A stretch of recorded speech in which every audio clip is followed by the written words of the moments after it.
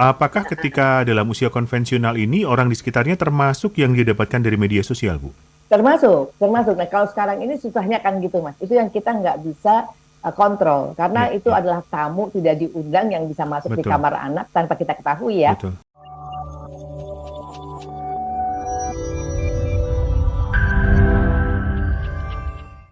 Bagaimana situasinya Ya. untuk yang konvensional juga pasca konvensional? Silakan.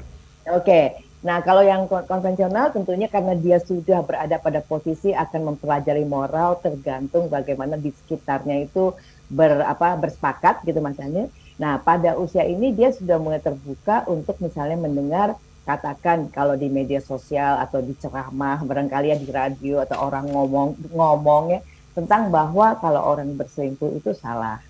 Kemudian mungkin dia dengar dari gosip-gosip tetangga, mungkin dia dengar dari guru, dia mungkin lihat di media sosial. Nah, dia akan melihat apa yang terbanyak yang masuk di dalam hidupnya pada saat itu. Orang-orang sekitar dia berpendapatnya apa, gitu Mhm, kan ya. mhm. Kalau misalnya di sekitar dia bilang, wah itu laki-laki brengsek, ayah kayak gitu nggak bertanggung jawab, gitu kan ya, meninggalin istri macam-macam, maka dia akan segera punya persepsi negatif, gitu ya, perilaku itu salah, dan kemudian mungkin kemudian dia akan ada rasa kecewa, rasa nggak senang sama ayahnya yang dianggap sebagai orang yang melanggar aturan masyarakat yang dia tahu gitu Mas. Oke.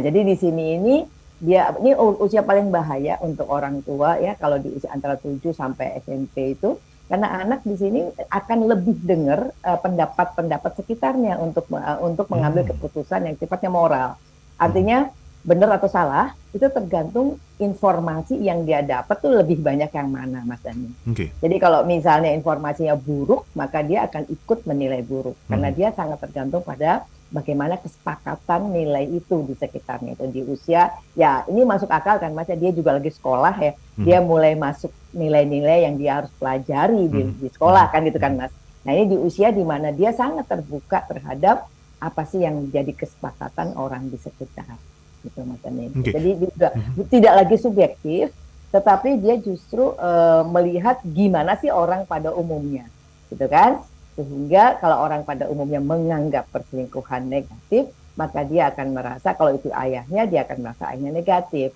Kalau misalnya itu ibunya, dia akan merasa ibunya negatif atau merasa dan berpikir gitu ya Mas. Dan Oke. kemudian besar kemungkinan dia bisa mengembangkan rasa tidak suka, mungkin malu, mungkin benci karena orang yang menjadi ayah atau ibunya ini melanggar kesepakatan bersama gitu Mas kurang lebih kalau di usia Ya, konvensional. konvensional. Apakah ketika dalam usia konvensional ini orang di sekitarnya termasuk yang didapatkan dari media sosial, Bu?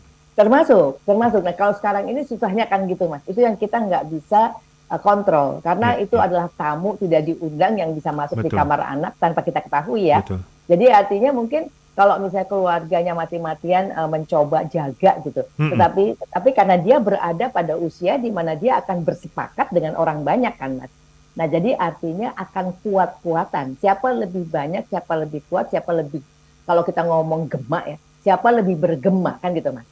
Jadi karena ini kan mmm. akan kayak apa ya? Pada usia ini dia akan ngikutin pendapat umum yang terbanyak dan keputusan dia banyaknya orang berpendapat seperti apa gitu.